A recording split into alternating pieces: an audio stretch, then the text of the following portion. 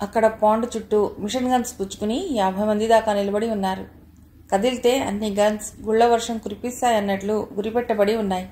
వాళ్ళందరినీ పరీక్షగా చూస్తున్న రాహుల్ చూపులు అందరికీ నడుమ నిలబడ్డ పీటర్, జాన్లకి పక్కగా షికాయి కనిపించాడు.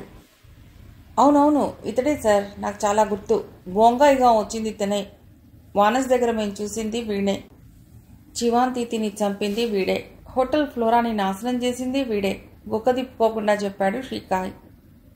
పీటర్ తీక్షణంగా రాహుల్ వైపు చూస్తూ, అయితే ఈవిడ రీసెర్చ్ స్టూడెంటు, నువ్వు తోడొచ్చిన వాడివా?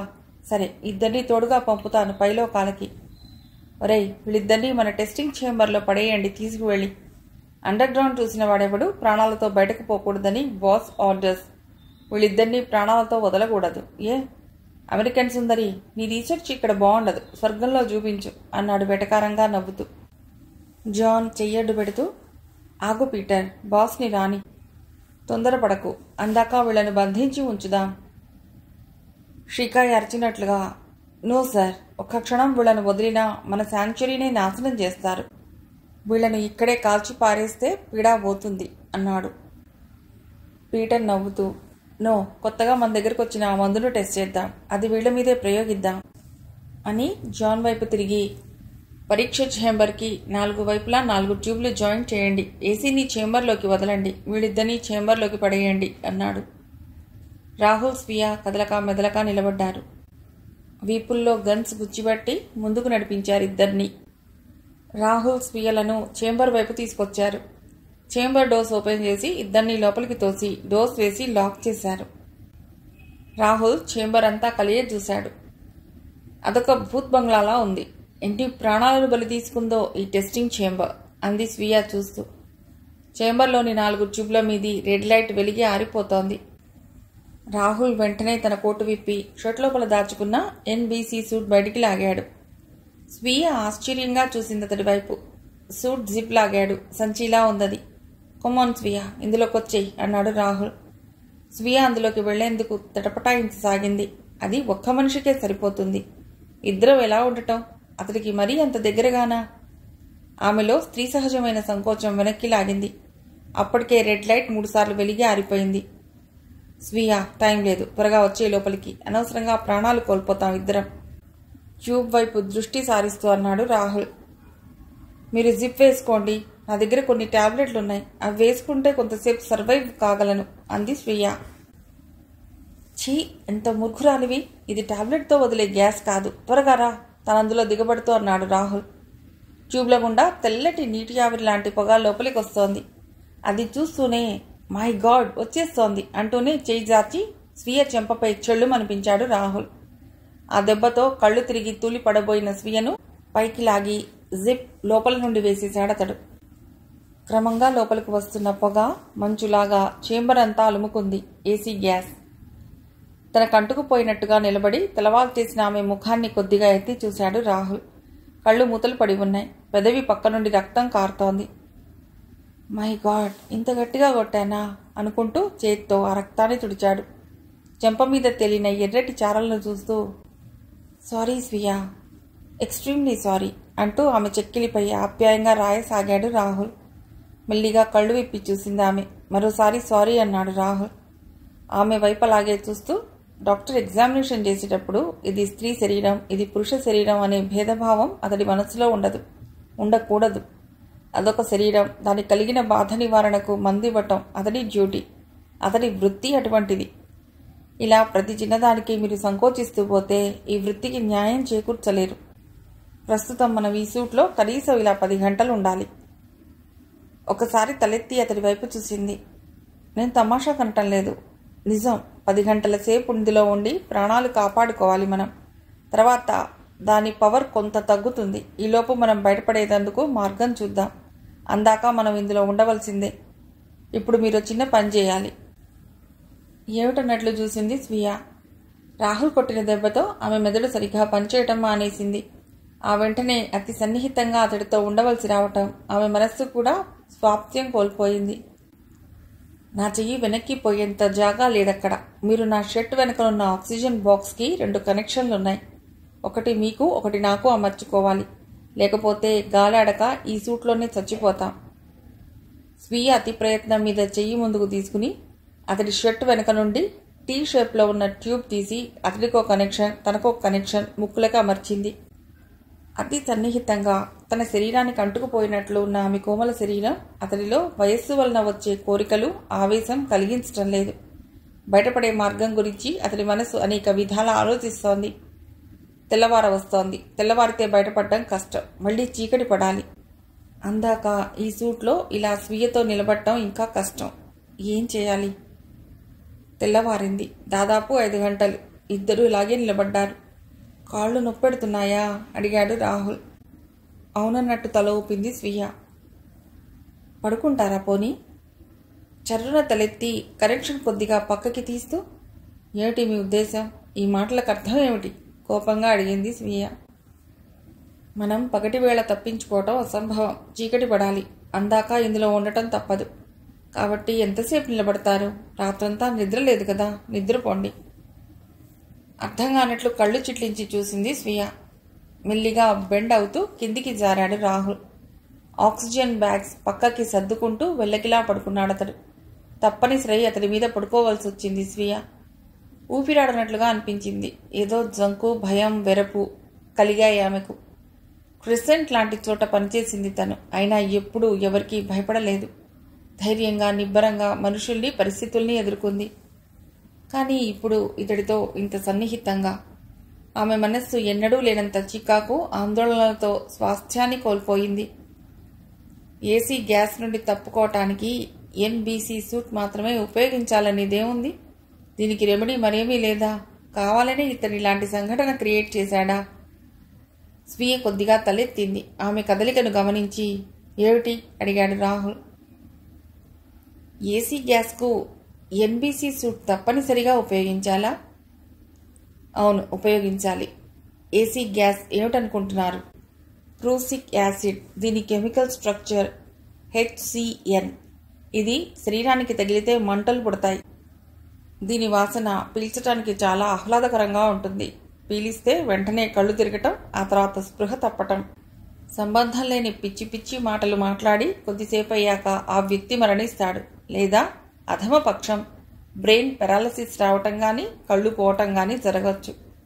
ఈ ఎన్బీసీ సూట్ వేసుకోవటం వలన పొగలా ఉన్న ఆ కెమికల్ లోపలికి రాదు. అందుకే మిమ్మల్ని చెంపపై కొట్టి మరీ సూట్లోకి లాగవలసి వచ్చింది. క్షమించండి. అంతేగాని ఒక్క నిమిషం ఆగి, నా మీద నమ్మకం ఉంచండి స్వీయ. ప్లీజ్, ఎలాంటి అనుమానాలు పెట్టుకోవద్దు. ఓ రాతి మీద పడుకున్నాననుకోండి కాసేపు. ఇంతకంటే మీకు నమ్మకం కలిగేలా ఎలా చెప్పాలో తెలియకుండా ఉంది. బాధ ధ్వనించింది అతడి గొంతులో. స్వీయ మరేం మాట్లాడలేకపోయింది. కళ్ళు మూసుకుంది. జీవాంతీతి పట్టుకున్నప్పుడు, తన శరీరాన్ని తాకినప్పుడు ఒళ్లంతా పాములు, తేళ్లు పాకినట్లు జలధరించింది. అసహ్యం వేసింది. గొంగళి పురుగు తాకిన జుగుప్సాకరమైన అనుభూతి కలిగిందప్పుడు. ఇప్పుడు ఇక్కడ అలా అనిపించడం లేదు. కొన్ని గంటల సేపు అతడి చేతుల మధ్య ఉన్నప్పటికీ అపాయంలో చిక్కుకున్న పసిబిడ్డని తన గుండెల్లో పొదుముకుని కాపాడుకుని కన్నతల్లిలా ఉన్నాడతడు. అతడి స్పర్శలో ఎలాంటి దురుద్దేశమూ కనిపించడం లేదు. ఆందోళితమైన మనస్సు ప్రశాంతత పొందింది. కళ్ళు మూతలు పడ్డాయి. నిద్రపోయింది స్వీయ. చాలా సమయం గడిచింది. దాదాపుగా చీకటి ఆకాశాన్ని కప్పేసింది. చీకటిని చీల్చుకుంటూ సప్తమి నాటి చంద్రుడు వెలుగులు వెదజల్లుతూ వస్తున్నాడు. టెస్టింగ్ ఛేంబర్లో గాఢాంధకారం. ఆవిరి నాజిల్స్ నుండి రావటం ఆగిపోయి చాలా సమయమైందని తెలియజేస్తూ పచ్చలైట్ వెలగటాన్ని ఎన్బీసీ సూట్కి ఉన్న ఐ విండో ద్వారా పరిశీలించి చూశాడు రాహుల్. దీర్ఘంగా నిట్టూర్చాడు. ప్రమాదం తప్పినట్లే. కొద్దిసేపు ఆగి మెల్లిగా బయటపడే మార్గం వెతకాలి అనుకుంటూ స్వీయ కొద్దిగా కదిలింది. మెళుకు వచ్చిందా? అడిగాడు రాహుల్. అంది స్వీయ. ఇప్పటికైనా నా మీద నమ్మకం కుదిరిందా? ఏమీ మాట్లాడలేదు ఆమె. మళ్ళీ అతడే ఇలా అన్నాడు. ఈ ప్రపంచంలో నీకు అత్యంతమైన ప్రియమైంది ఏమిటి అని నన్ను ఎవరైనా అడిగితే ఏం చెప్తానో తెలుసా?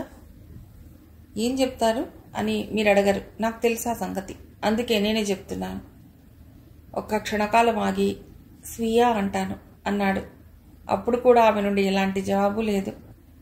స్వీయ చుట్టూ ఉన్న రాహుల్ చేతుల్లో కుడి చెయ్యి ఆమె రేగిన జుట్టు సవరిస్తోంది. నన్ను ఎందుకో మీరు అనవసరంగా అనుమానిస్తున్నారు. నాపై కోపమా? నేనెప్పుడూ ఎవరిని కించిత్ మాట అని బాధ పెట్టలేదు, ఎవరి మనస్సు నొప్పించలేదు. మిమ్మల్ని ఎప్పుడైనా మాటలతో బాధించానా, హద్దు మీరి ప్రవర్తించానా? చెప్పండి, ఎందుకు నన్ను కారణంగా ద్వేషిస్తున్నారు? మనస్సు విప్పి మాట్లాడకూడదా స్వీయ? మౌనంగా వింటూ ఉండిపోయింది స్వీయ. మాట్లాడాలనిపించటం లేదా? పోనీ ఇంత మౌనంగా నన్ను బాధించే కంటే నా నేరమేమిటో చెప్పి శిక్షించరాదు? అతడి గొంతు గాంభీర్యాన్ని వదిలి కొంటెదనాన్ని నింపుకుంది. ఈ ఒక్క మాట చెప్పండి చాలు. మీరు స్వీయ అవునా కాదా? నా పేరు స్వీయే అందామే. మీ పేరు గురించి కాదు అడిగింది. స్వీయ అంటే అర్థం ఏంటో మీరే ఇదివరలో చెప్పారు. నాది, నా యొక్క అనే అర్థాలు వస్తాయన్నారుగా. మరిప్పుడు చెప్పండి, మీరు స్వీయ అవునా కాదా? గొంతులో ఏదో అడ్డుపడ్డట్లయింది ఆమెకి. ఎవరితోనైనా ధైర్యంగా మాట్లాడే తనిలా ఇతడి ముందు తడబడిపోతోందేమిటి? ఎన్నడూ లేని ఈ బేలతనం తనెలా ఆవహించింది?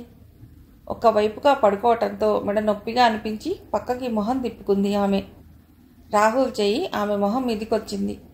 కళ్ల మీద పడే జుట్టుని సరిచేస్తున్న అతడి వేళ్లకి చిరుతడి తగిలింది. ఆమె కనురెప్పల తడి, ఆ మౌనంలోని అంతరార్థాన్ని గ్రహించగలిగిన రాహుల్ పెదవులపై చిరునవ్వు ఆ చీకటిలో తళుక్కుమంది. కొద్ది క్షణాలు గడిచాక, మనం ఇక బయటపడాలి స్వీయ అన్నాడు రాహుల్.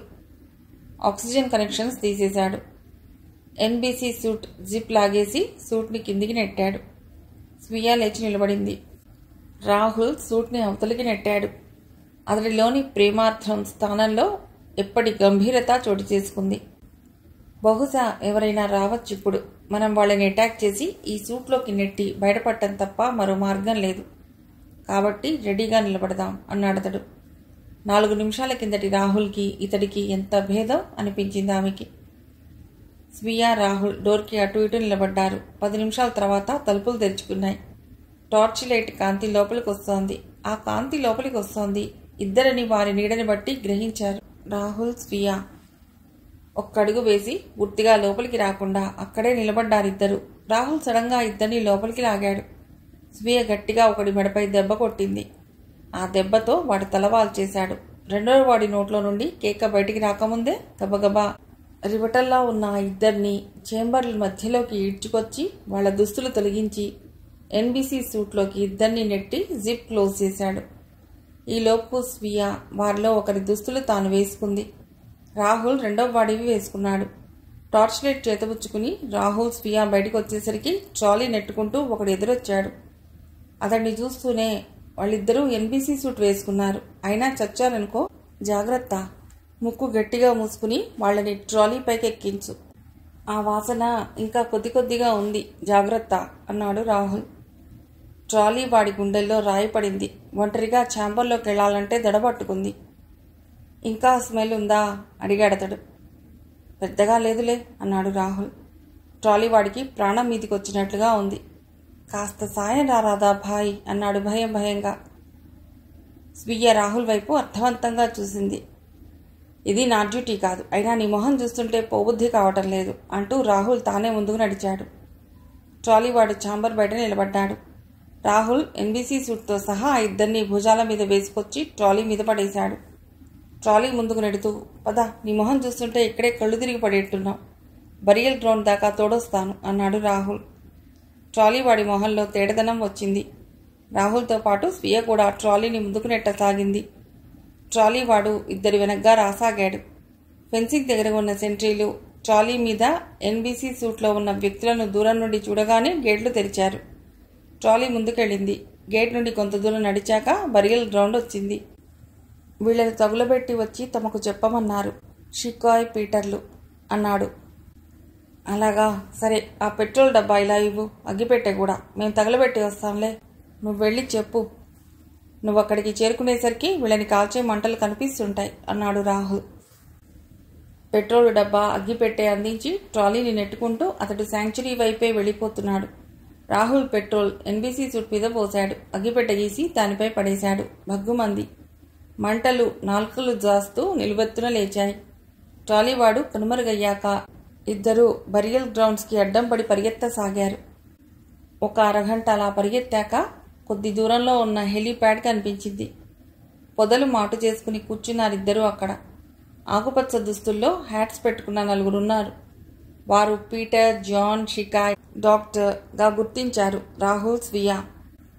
ఆ నలుగురితో మాట్లాడుతున్నాడు పైలట్. హెలికాప్టర్ ఆకుపచ్చ రంగులో ఉంది. దాన్ని చూసి ఇది ట్రాన్స్పోర్ట్కు ఉపయోగించే హెలికాప్టర్లా ఉంది అన్నాడు రాహుల్.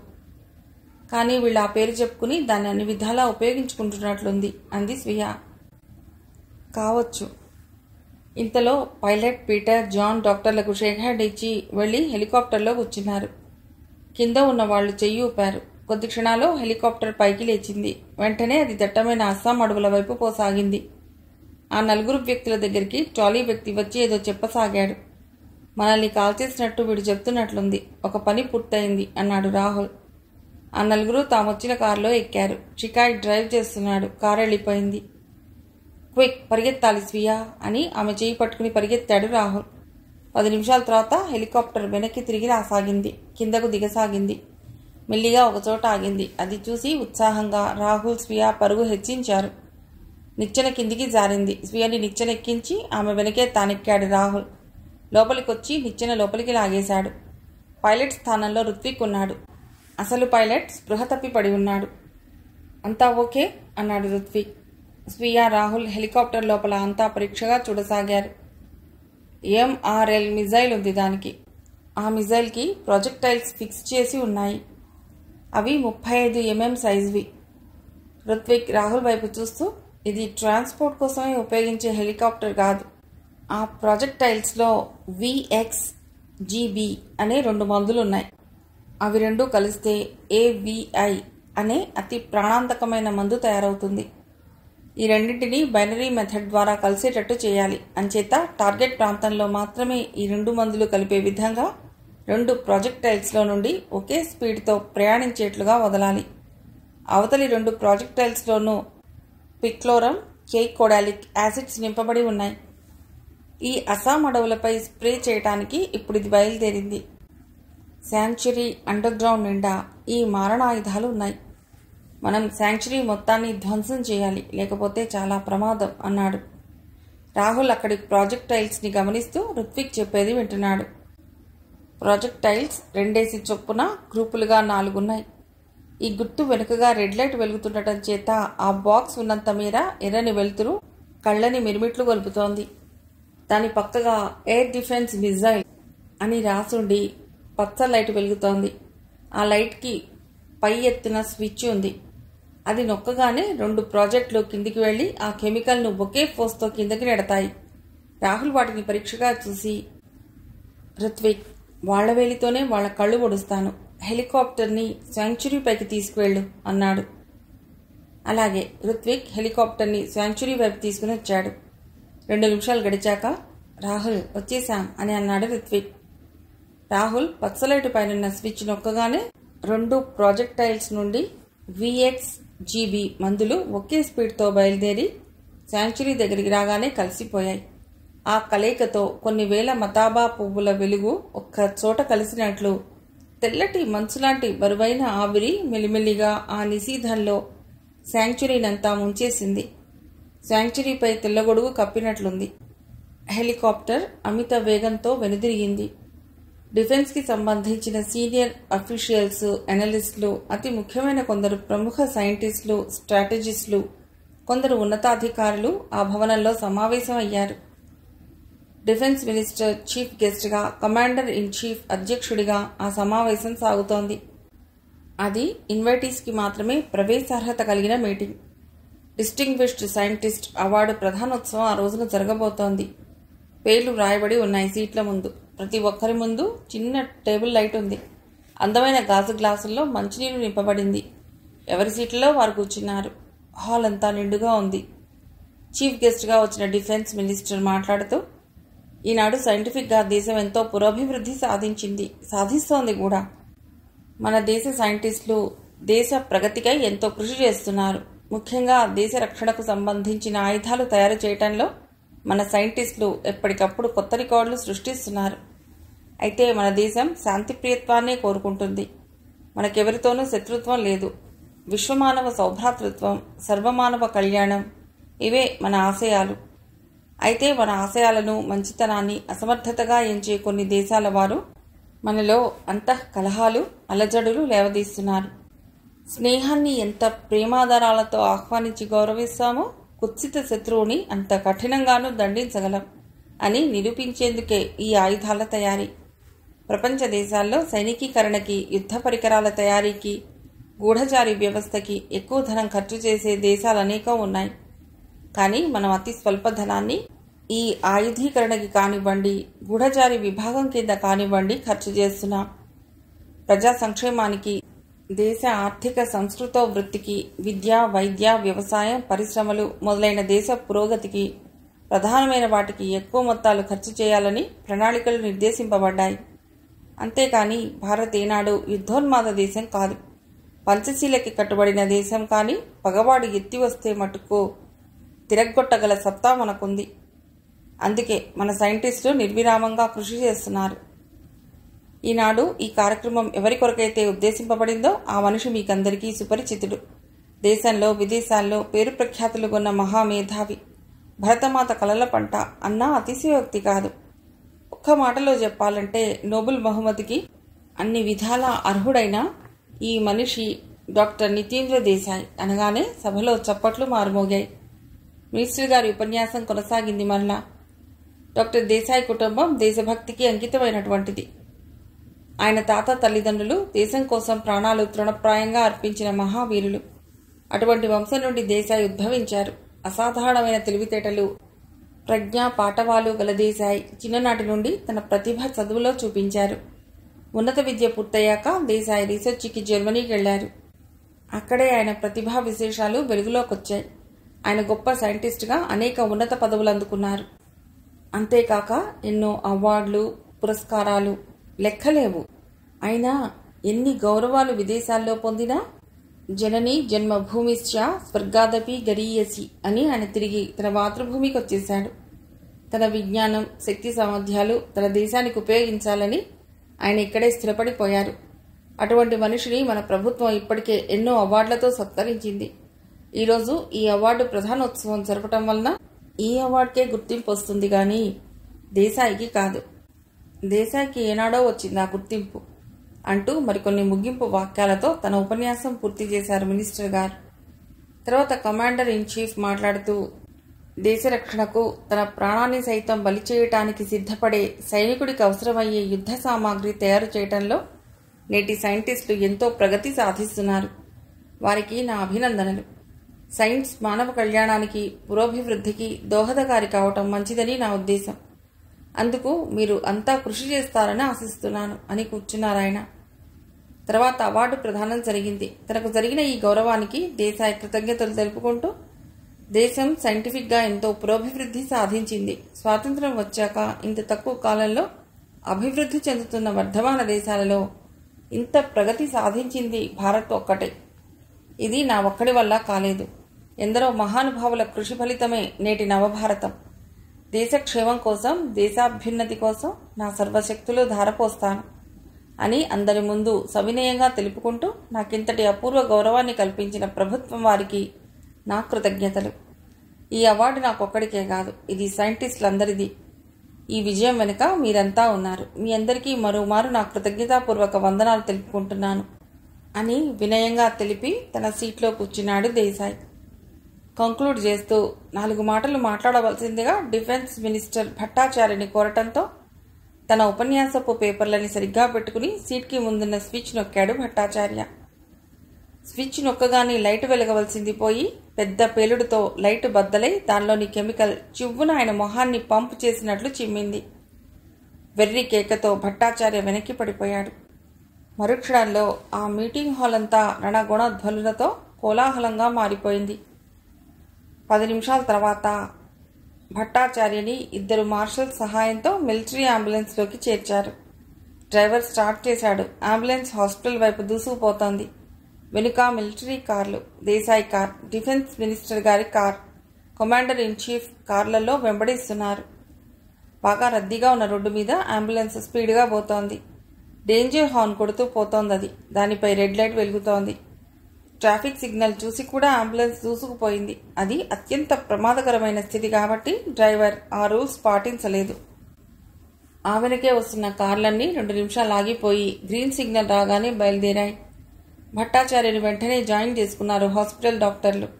ట్రీట్మెంట్ క్విక్గా సాగుతోంది. 10 నిమిషాల తర్వాత సూపరింటెండెంట్ బయటకు వచ్చి భట్టాచార్య ప్రాణానికేం ప్రమాదం లేదని, ఫేస్ మీద అతి ప్రమాదకరమైన కెమికల్ స్ప్రే చేయడంతో ఫేస్ డిస్ఫిగర్ అవుతుందని చెప్పాడు. అంతా తేలిగ్గా ఊపిరి విడిచారు. ప్రమాదం తప్పింది కదా అని నిట్టూర్చారు. కళ్ళకేం ప్రమాదం లేదు కదా ఆదుర్దాగా అడిగాడు దేశాయ్. ఈ మీటింగ్కి భట్టాచార్యని రమ్మని పదే పదే కోరింది తనే. అతడు రాకున్నా బాగుండేది, ఈ ప్రమాదం తప్పేది. మనసులో చాలా గిల్టీగా ఫీల్ కాసాగాడు దేశాయ్. ఇప్పుడప్పుడే ఏం చెప్పలేం, ఎల్లుండికి విషయం తెలుస్తుంది. యాసిడ్ పడింది ముఖంపై, కళ్లలో పడేందుకు అవకాశం లేకపోలేదు. కాబట్టి కళ్ళ గురించి మేం ఎలాంటి గ్యారంటీ చెప్పలేం సార్ అన్నాడు సూపరింటెండెంట్. అక్కడ చేరిన అందరి మొహాల్లో గంట క్రితం ఉన్న ఆనందోత్సాహాలు మచ్చుకైనా లేవు. విషాదం తాండవిస్తోంది. వారి మిసెస్కి ఫోన్ చేసి చెప్పాలి కదా అని ఆగారు మంత్రిగారు. దేశాయ్ అందుకుని, ఈ మధ్య ఆయన మిసెస్ పిల్లలు లండన్ వెళ్లారు. ఆవిడ అన్నగారు ఉన్నారక్కడ. కానివ్వండి, ఆయన పరిస్థితి ఏమిటో వివరంగా తెలుసుకున్నాకే ఆవిడికి కేబుల్ పంపుదాం అన్నాడు.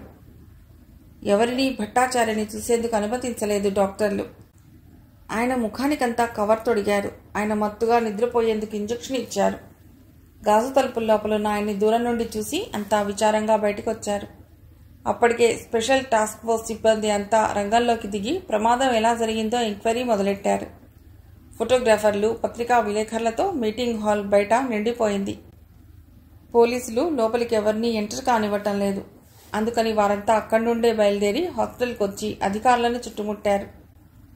డిఫెన్స్ మినిస్టర్ పత్రికా విలేకరుల వైపు తిరిగి, అదే తగ్గిపోతుంది, అయినా ఇదేమన్నా పెద్ద ప్రమాదమా? మీరు దీన్ని పెద్ద ప్రముఖంగా ప్రచురించవలసిందేమీ లేదు అని సీరియస్గా వెళ్లి కారులో కూర్చున్నాడు ఆయన. ఆయన వెనకే అందరి కార్లు వెళ్ళిపోయాయి. భట్టాచార్య కోసం ఇప్పుడు అక్కడ ఎవ్వరూ లేరు. ఆయన ఇప్పుడు ఎవ్వరూ లేని అనాథ. నిరుపేదకు కూడా కష్టకాలంలో ఒక్క మనిషైనా తోడుగా పక్కనుంటాడు. ఈ నిమిషంలో ఆయన పరిస్థితి నిరుపేద కన్నా కూడా దయనీయంగా ఉంది. ఆయన సంబంధీకులు దేశంలో లేరు. ఇంకెవరినీ ఆయన దగ్గరుంచేందుకు ప్రభుత్వం అనుమతించదు. ఎందుకంటే ఆయన ప్రాణాలు అత్యంత విలువైనవి.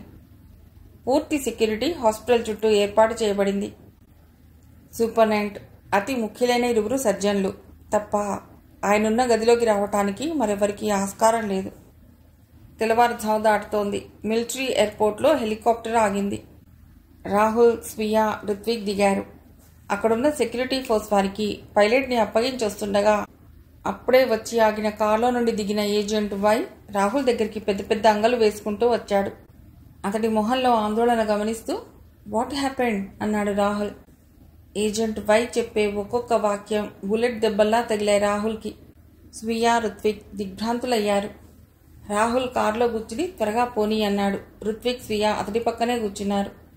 వై డ్రైవ్ చేస్తూ, డిఫెన్స్ మినిస్టర్ ఈ విషయానికి ఎక్కువ పబ్లిసిటీ ఇవ్వవద్దని అందరికీ పంపేశాడు అన్నాడు.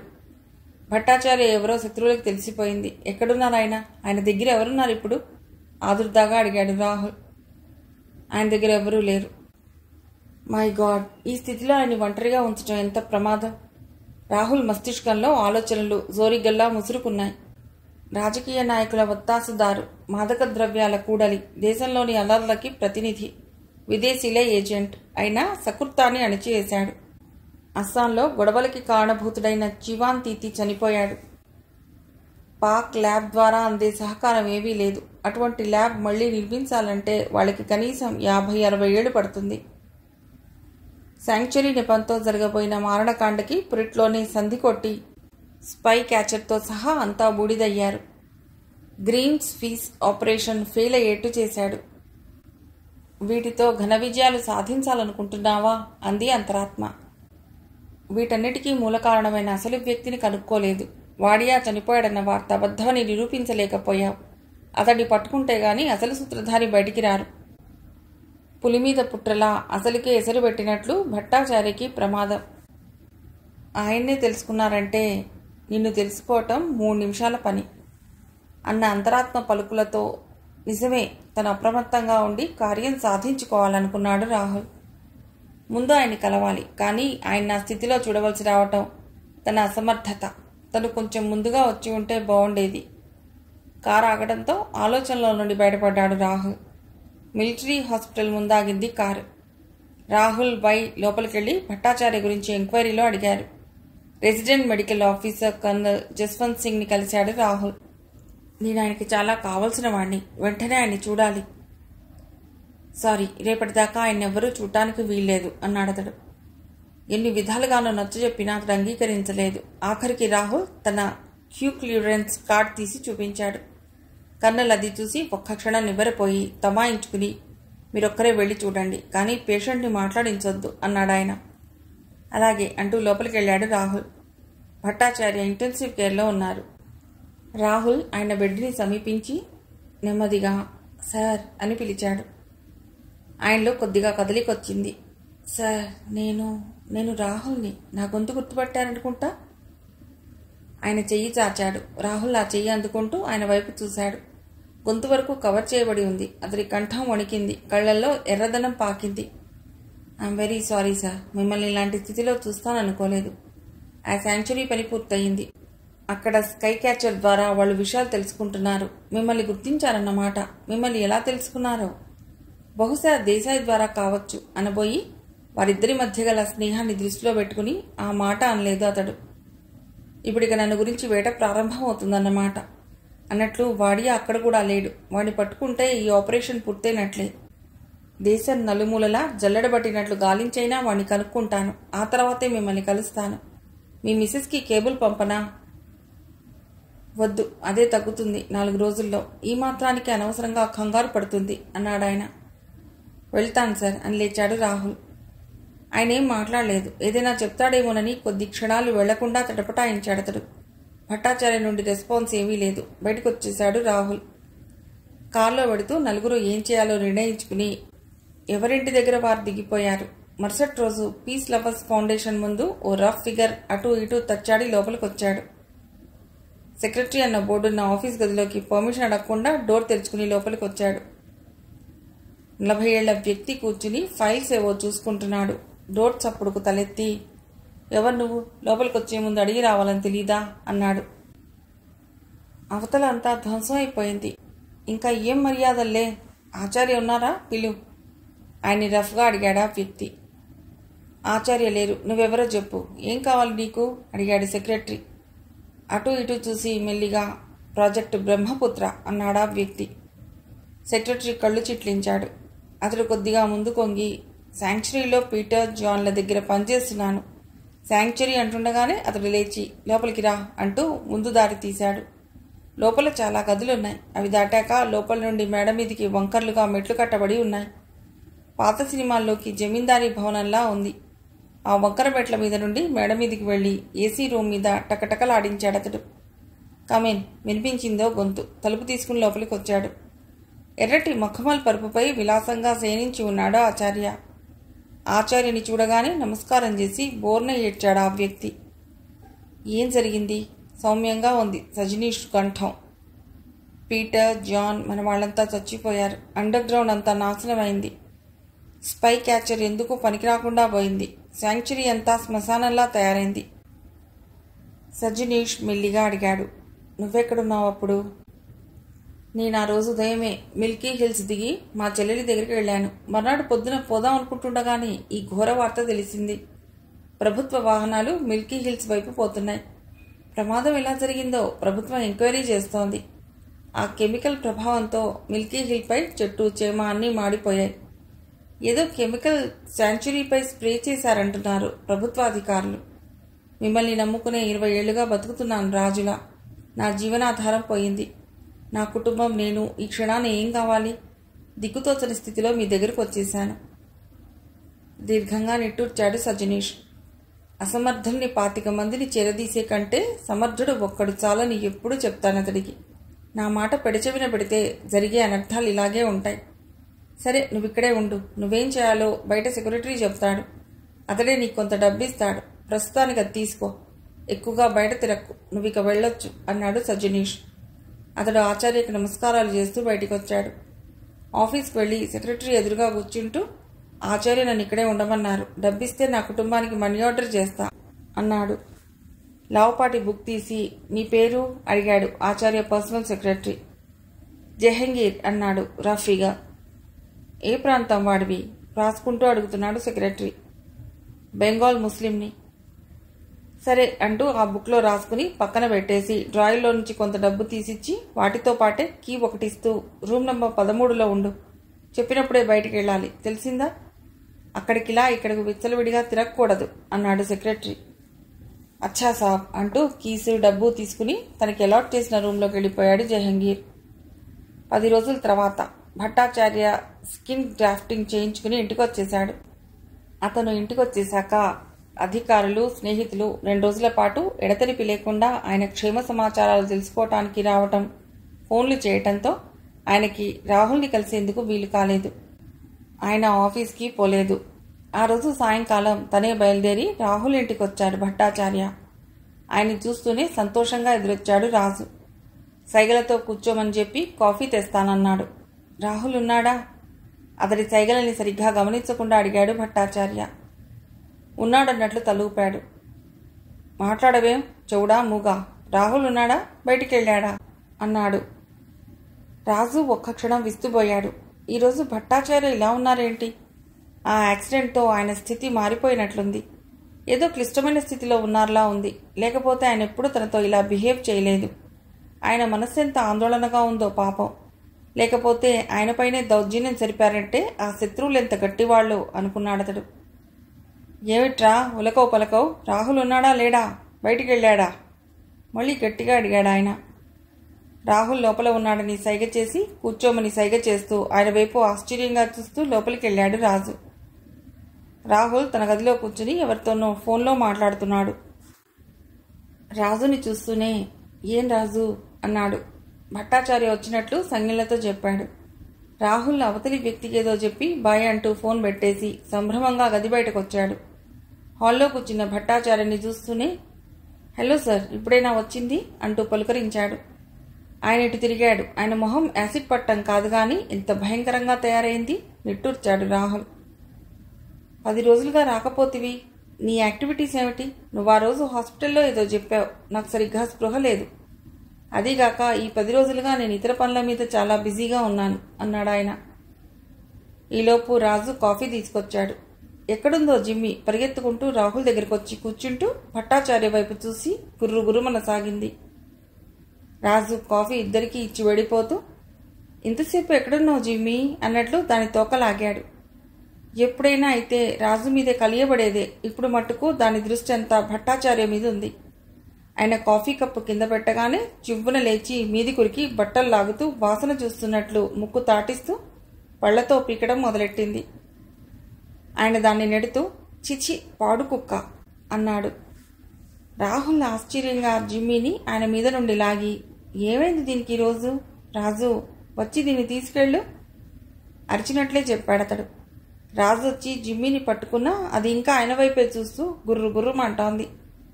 రాజు దాన్నెత్తిన ముట్టి బలవంతంగా లోపలికి ఇడ్చుకెళ్ళాడు. సారీ సార్, ఒక్కోసారి ఇలా చేస్తోందేమిటో. బహుశా మీరు బిస్కెట్లు తేలేదని కోపం వచ్చిందేమో అన్నాడు నవ్వుతూ. మరుక్షణంలో మామూలుగా అయిపోయి ఆ రోజు నేను స్వీయ వెళ్ళాం కదా, మన రుత్విక్ని సైంటిస్ట్గా వాళ్ళ ముందుకి నేనే పంపించాను. 1,00,000 రూపాయల బహుమానం తీసుకుంది మన రుత్విక్కే. అలా వాళ్లతో పరిచయం పెంచుకుని వాళ్ళ ల్యాబ్కి వెళ్ళిపోయాడు. అతడు సైంటిస్ట్ కాబట్టి అక్కడికి వెళ్ళినా ఇబ్బంది లేకుండా వ్యవహారం చక్కబెట్టుకొచ్చాడు. స్వీయ రీసెర్చ్ స్టూడెంట్గా నేను తోడుగా వెళ్ళి రుత్విక్ని కలుసుకున్నాం. గ్రీన్ స్వీప్ ఆపరేషన్ అనే పేరుతో అస్సాం ఫారెస్ట్లో చాలా పీక్లోరం కైకోడ్యాలిక్ యాసిడ్ సాయంతో తుడిచిపెట్టదలుచుకున్నారు. అసలే డీఫారెస్ట్రేషన్ వల్ల అనావృష్టికి జరుగుతున్న మన దేశం వానలు లేక బీటలు బారుతోంది. అస్సాంలో వానలు ఎక్కువ పడినా అవి మనకేం ఇబ్బంది కలిగించడం లేదు. ఆ అడవుల వల్ల ప్రభుత్వానికి, ప్రజలకి ఎన్నో లాభాలు సమకూరుతున్నాయి. అటువంటి ప్రాంతం విషతుల్యంగా శిలా సదృశంగా మారబోతోందని చెప్పాడు రుత్విక్. అంతేకాదు, రోమన్ నంబర్ 5A అనే ఈ అతి భయంకరమైన కెమికల్ని కూడా అక్కడే ప్రయోగించబోతున్నారని తెలిసి రుత్విక్ సాయంతో రోమన్ నంబర్ 5A కెమికల్నే వాళ్ల శాంక్చురీపై స్ప్రే చేసి వచ్చేశాం. అక్కడున్న అతి దారుణమైన కెమికల్స్ అన్నీ భూస్థాపితం అయిపోయాయి. కొన్ని 100 సంవత్సరాల పాటు ఆ కొండపై ఏ మొక్క మొలవదు. అయినా ఆ పీడ అంతటితో వదిలింది. అందుకు సంతోషిద్దాం. కానీ అసలు వ్యక్తి దొరకలేదు సార్. ప్రయత్నిస్తున్నాను, దొరక్కపోడు అన్నాడు. చివరి మాటలు అనేటప్పుడు రాహుల్ ఆలోచనలు ఎక్కడో ఉన్నట్లుగా అతడి చూపులు శూన్యంలో ఉన్నాయి కనుక అతడు ఆయన సరిగ్గా గమనించలేదు. భట్టాచార్య ఏదో అనీజీనెస్ ఫీల్ అవుతున్నాడు. ఆయన వెంటనే, నువ్వు అతన్ని వెతికే పని మానే, దాన్ని నేను ఎవరికైనా అప్పగిస్తాను, ఆ విషయం మర్చిపో. దీనికన్నా ముఖ్యమైన పని ఒకటి ఉంది. నువ్వు అర్జెంటుగా బయలుదేరి సయాచిన్ వెళ్ళాలి. అక్కడి సైనికుల్లో అసంతృప్తి ఏర్పడిందిట. ఏవో గొడవలు బయలుదేరాయని నిన్ను పంపి అవి ప్రెస్ చేయించమని ఇందాకే డిఫెన్స్ మినిస్ట్రీ చెప్పాడు. ఈ పని త్వరగా చేయకపోతే ఎంత ప్రమాదమో బోర్డర్లో తెలుసా? నువ్వే అయితే పని సానుకూల పడుతుంది. ఇక్కడి పనులు మిగతా వాళ్ళు చూస్తారు. నువ్వు రాత్రికి బయలుదేరు అన్నారాయన. రాహుల్కి అయోమయంగా అనిపించింది. ఏమిటిది? భట్టాచార్యకి తన మీద నమ్మకం పోయిందా? పాడ్యాన్ని పట్టుకోలేని అసమర్థుడిగా తనని ఆయన భావిస్తున్నారా? లేకపోతే తనకు అప్పగించిన అసైన్మెంట్ ఇంకొకరికి ఇవ్వటంలో తను అన్ఫిట్ అని చెప్పకనే చెప్పటం కదా. శక్తివంచన లేకుండా వాడియా కోసం గాలిస్తూనే ఉన్నాడతడు. ఈసారి ఇలా ఎందుకు జరుగుతోంది? రాహుల్కి ఆయన మాటలు చాలా అవమానంగా అనిపించాయి. ఆయన లేచి నిలబడి, సరే నేను వెడుతున్నాను, నువ్వు రాత్రికి బయలుదేరు, నీ ప్రయాణానికి ఏర్పాట్లన్నీ పూర్తయ్యాయి కూడా అంటూ బయటికి నడిచారు ఆయన. యాంత్రికంగా ఆయన వెనుకే వెళ్ళాడు రాహుల్. కారు వెళ్ళిపోయింది. ఎక్కడ లేని నీరసం తన్ను ఆవహించినట్లు సోఫాలో కూలబడ్డట్లుగా కూర్చున్నాడు రాహుల్. 10 నిమిషాలు గడిచాక రాజు వీధి వాకిలి తలుపు బోల్టు వేసి లోపలికి వచ్చాడు. 2 నిమిషాల నిశ్శబ్దం. ఆ నిశ్శబ్దాన్ని చీలిస్తూ సార్ సార్ అన్న పిలుపు వినిపించింది రాహుల్కు. అవమాన భారంతో ఆలోచనలతో వేడెక్కిన మెదడు సరిగ్గా పనిచేయటం లేదనుకున్నాడు. ఇంట్లో తనని పిలిచేదెవరు? రాజు మూగవాడాయే. సియాచిన్ వెళ్ళటమా మానటమా సందిగ్ధంలో ఉన్న అతడికి మళ్లీ వినిపించింది. సార్ మిమ్మల్నే, నేను మాట్లాడుతున్నాను. రాహుల్ ఈసారి తలెత్తి చూశాడు. ఎదురుగా రాజు. రాజు మాట్లాడటం ఏమిటి? తలకిందులైనట్లు చూశాడు రాహుల్.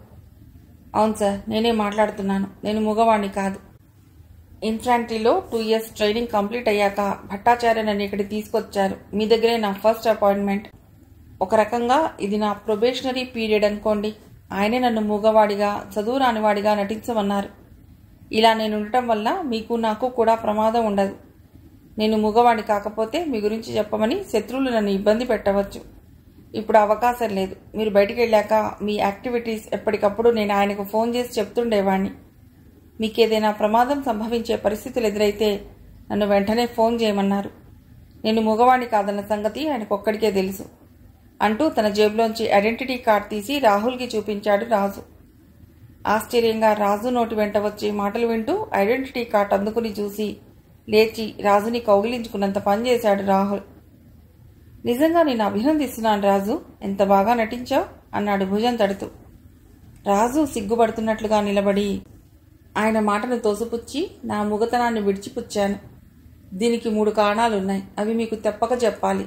మీకు చాలా ఉపయోగపడతాయవి అన్నాడు. కూర్చో అంటూ తన పక్కనే ఉన్న సోఫాలో కూర్చోబెట్టుకుని చెప్పు అన్నాడతడు.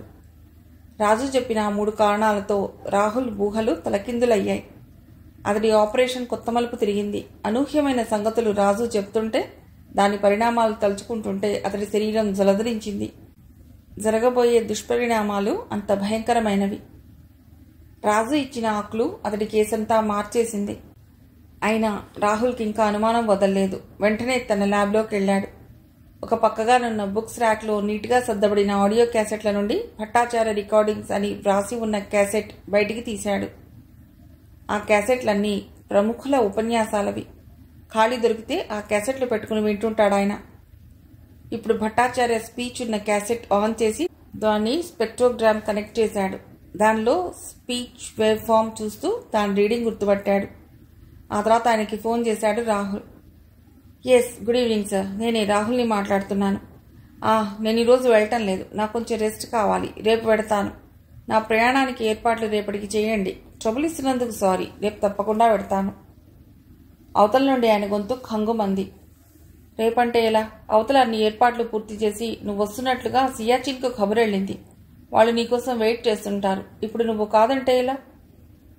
సారీ సార్, రేపు పెడతాను. ఈరోజు నాకు ఆరోగ్యం బాగాలేదు. చాలా అనీజీగా ఫీల్ అవుతున్నాను. అర్థింపుగా పలికింది రాహుల్ కంఠం. ఓకే ఓకే, రేపు తప్పనిసరిగా బయలుదేరాలి అన్నారాయన. ఓకే సార్, థ్యాంక్ యూ అంటూ ఫోన్ పెట్టేశాడు రాహుల్.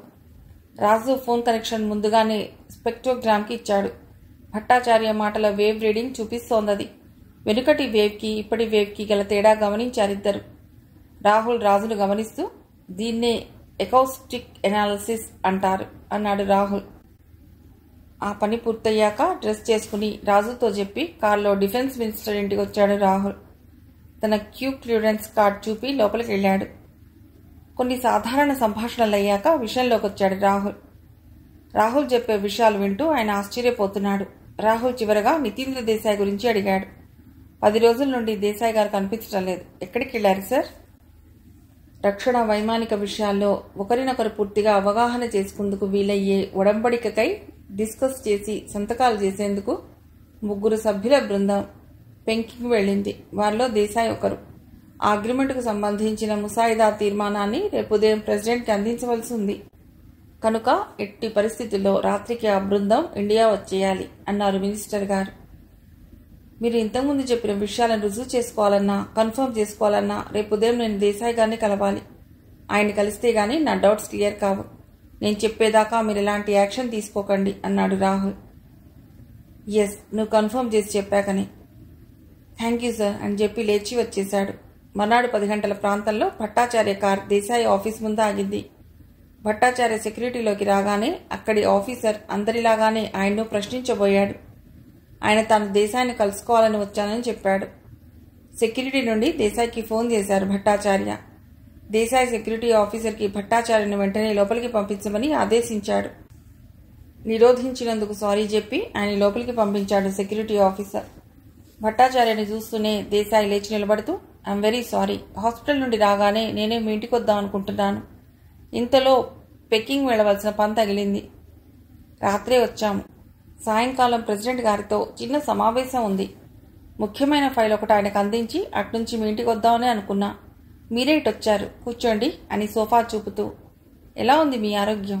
అబ్బా, మొహం బాగా పాడైందే. మచ్చలు బాగా పడి అసలు వెనకటి భట్టాచార్యేనా అనిపిస్తోంది.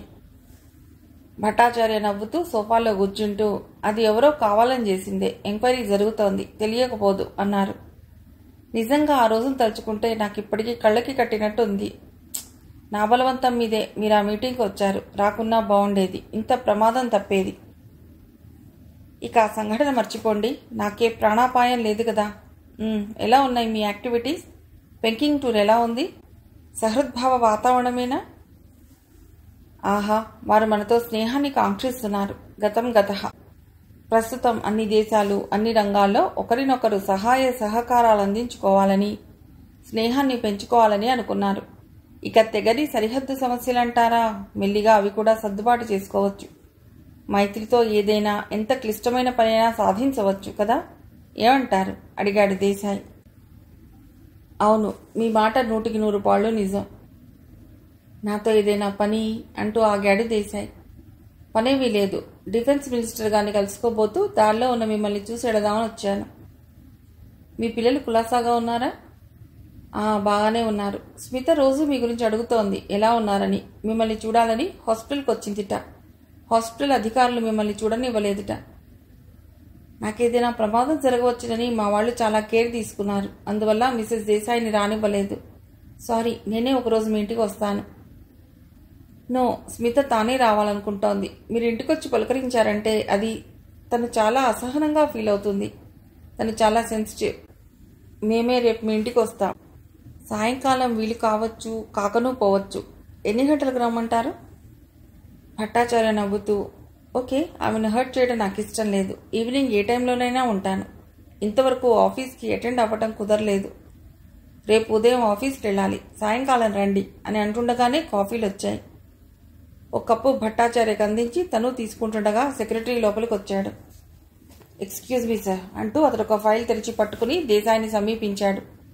దేశాయ్ కాఫీ కప్పు సోఫాకి ఎదురుగా ఉన్న టీపాయ్ మీద పెట్టి లేచి ఆ ఫైల్ అందుకుని పేపర్స్ చూడసాగాడు. అతడు అటు తిరిగి ఫైల్ చూస్తున్నాడు. సెక్రటరీ అతడికి ఎదురుగా నిలబడి ఉన్నాడు.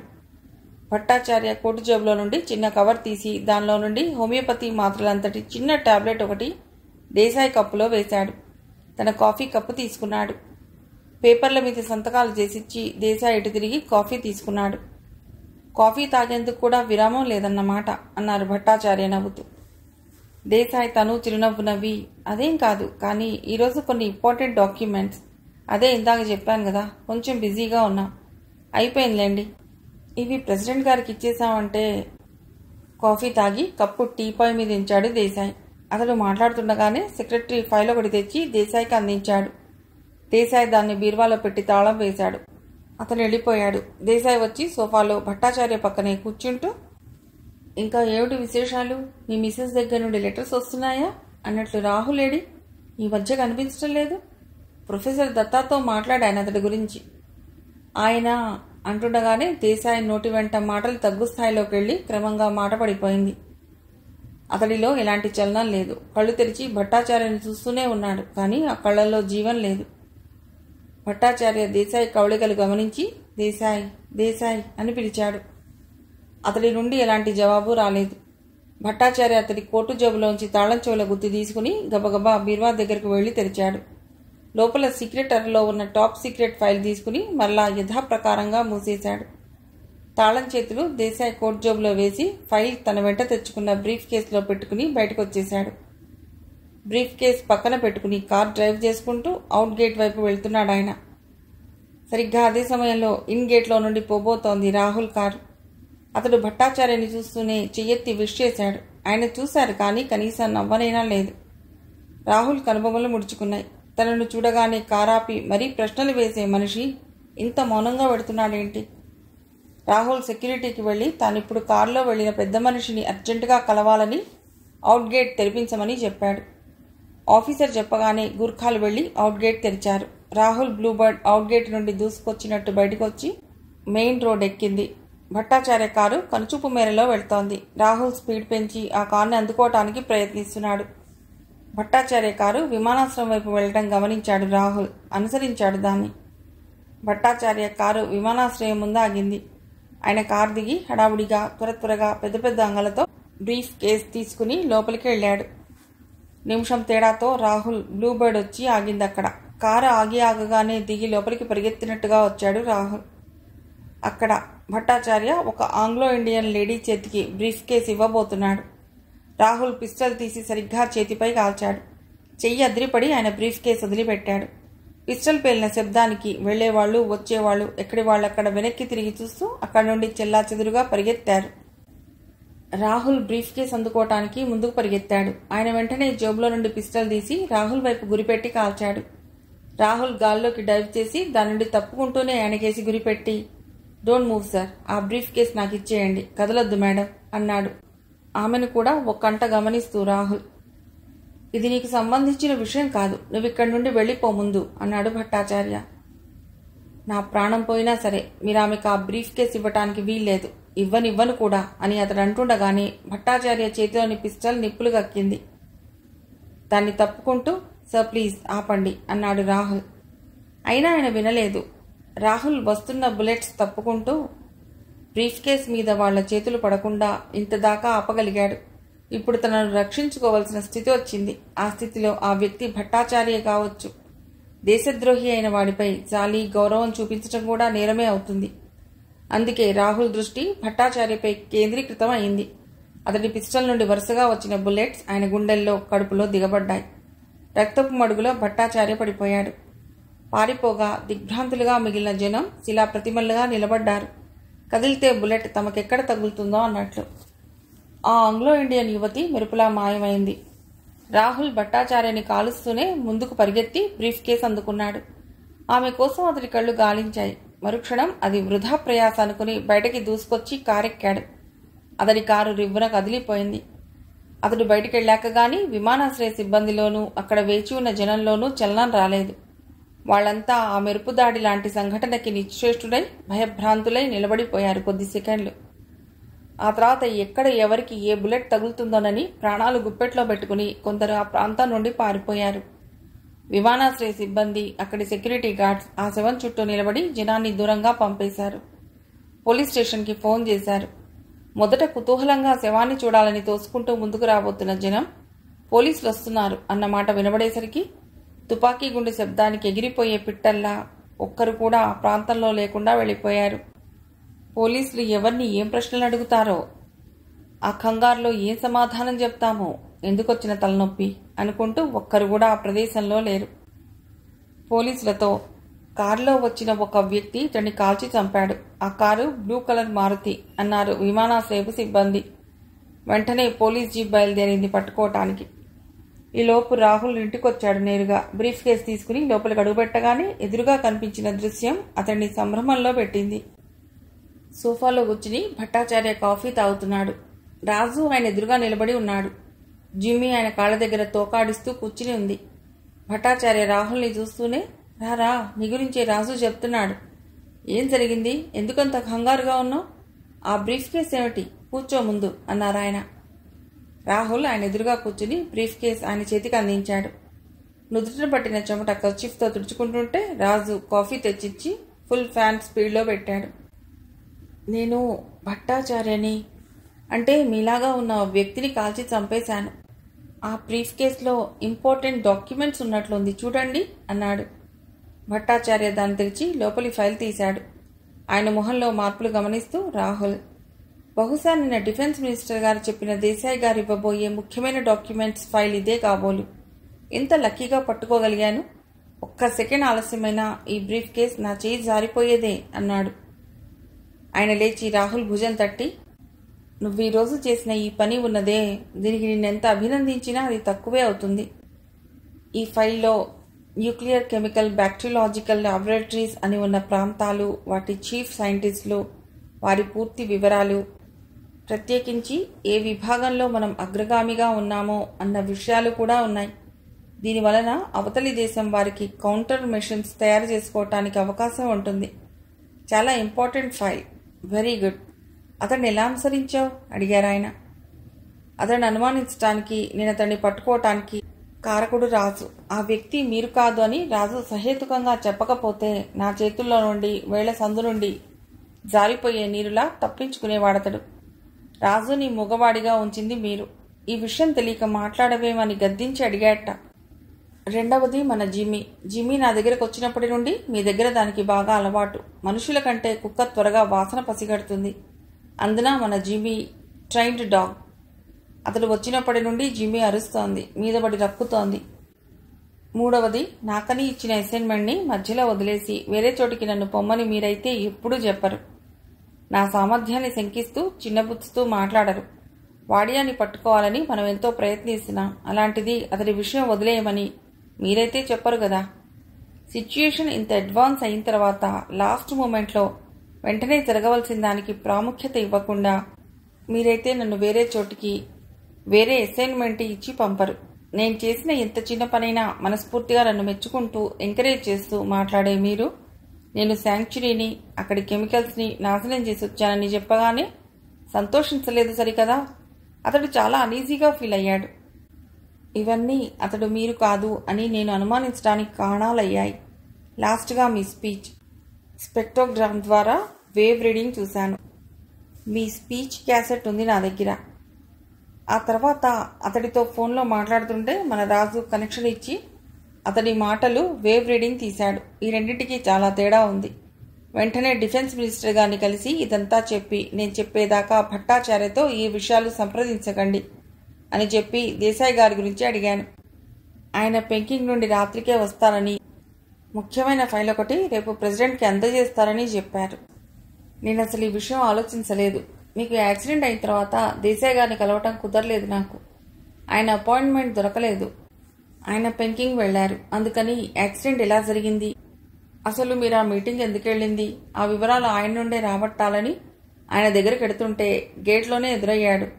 మీలాగా ఉన్న ఆ వ్యక్తి విష్ చేస్తే ఏమీ ఎరగనట్లు మొహం పెట్టి సీరియస్గా స్పీడ్గా వెడుతుంటే నాకెందుకు ఆయన వెంబడించాలనిపించింది. తీరా కారు విమానాశ్రయం ముందాగగానే ఏదో జరగకూడని పని జరుగుతోందనిపించింది నాకు. వెంటనే లోపలికి వెళ్ళాను. అక్కడ అతడు ఓ లేడీకి ఈ బ్రీఫ్ కేస్ని చాలా కంగారుగా అందివ్వాలని ప్రయత్నించడం చూసేసరికి అక్కడి పరిస్థితి అర్థమైంది నాకు. వాళ్ళ దగ్గర ఆయుధాలే ఉంది తెలియదు నాకు. రిస్క్ తీసుకోవడం ఇష్టం లేక దగ్గరికి వెళ్లకుండా కాల్చాను. ఆయన తిరిగి నా మీద కాల్పులు జరిపారు. ఆమె ఈ సందడిలో పారిపోయింది. బ్రీఫ్ కేస్తో వచ్చేశాను. వెళ్ళండి రాహుల్ అన్నాడు భట్టాచార్య చిరునవ్వుతో. అయితే వాడియాని చంపేశావన్నమాట అంటూ లేచారాయన. వాడియా? ఆశ్చర్యానందాలతో అన్నాడు రాహుల్. నా అనుమానం కూడా అదే. కానీ మిమ్మల్ని ఎక్కడ దాచారు అడిగాడు రాహుల్. ఆయన అలా పొగుడుతుంటే సిగ్గేసి మాట మార్చి ఆయన గురించి అడిగాడు. నా సంగతి తర్వాత చెప్తా కానీ ముందు భరద్వాజ్కి ఫోన్ చేయి అంటూ ఫోన్ దగ్గరికి వెళ్ళి భరద్వాజ్కి ఫోన్ చేశారు. Yes, Bhattacharya speaking. అసలు భట్టాచార్యని నేనే, ఏ సందేహం లేదు. ఆ చనిపోయిన వ్యక్తి వాడియా? ఆ బ్రీఫ్ కేస్ నా దగ్గరే ఉంది. మినిస్టర్ గారికి నేను ఫోన్ చేసి చెప్తాను అని డిఫెన్స్ మినిస్టర్కి కూడా ఫోన్ చేసి మాట్లాడాడు భట్టాచార్య. ఆయన కూడా ముందు భట్టాచార్యని సంశయించి తర్వాత విషయం తెలుసుకున్నాడు. ఫోన్ పెట్టేసి, రాహుల్ ముందు మనం దేశాయ్ దగ్గరికి వెళ్ళాలి పదా. బహుశా ఆయన నా మీద కంప్లైంట్ ఇచ్చి ఉండాలి. కానీ భరద్వాజ్ ఆ విషయం ఎత్తలేదేమిటి? దేశాయ్కి ఏం జరగలేదు కదా. మిగిలిన కథ తర్వాతి భాగంలో.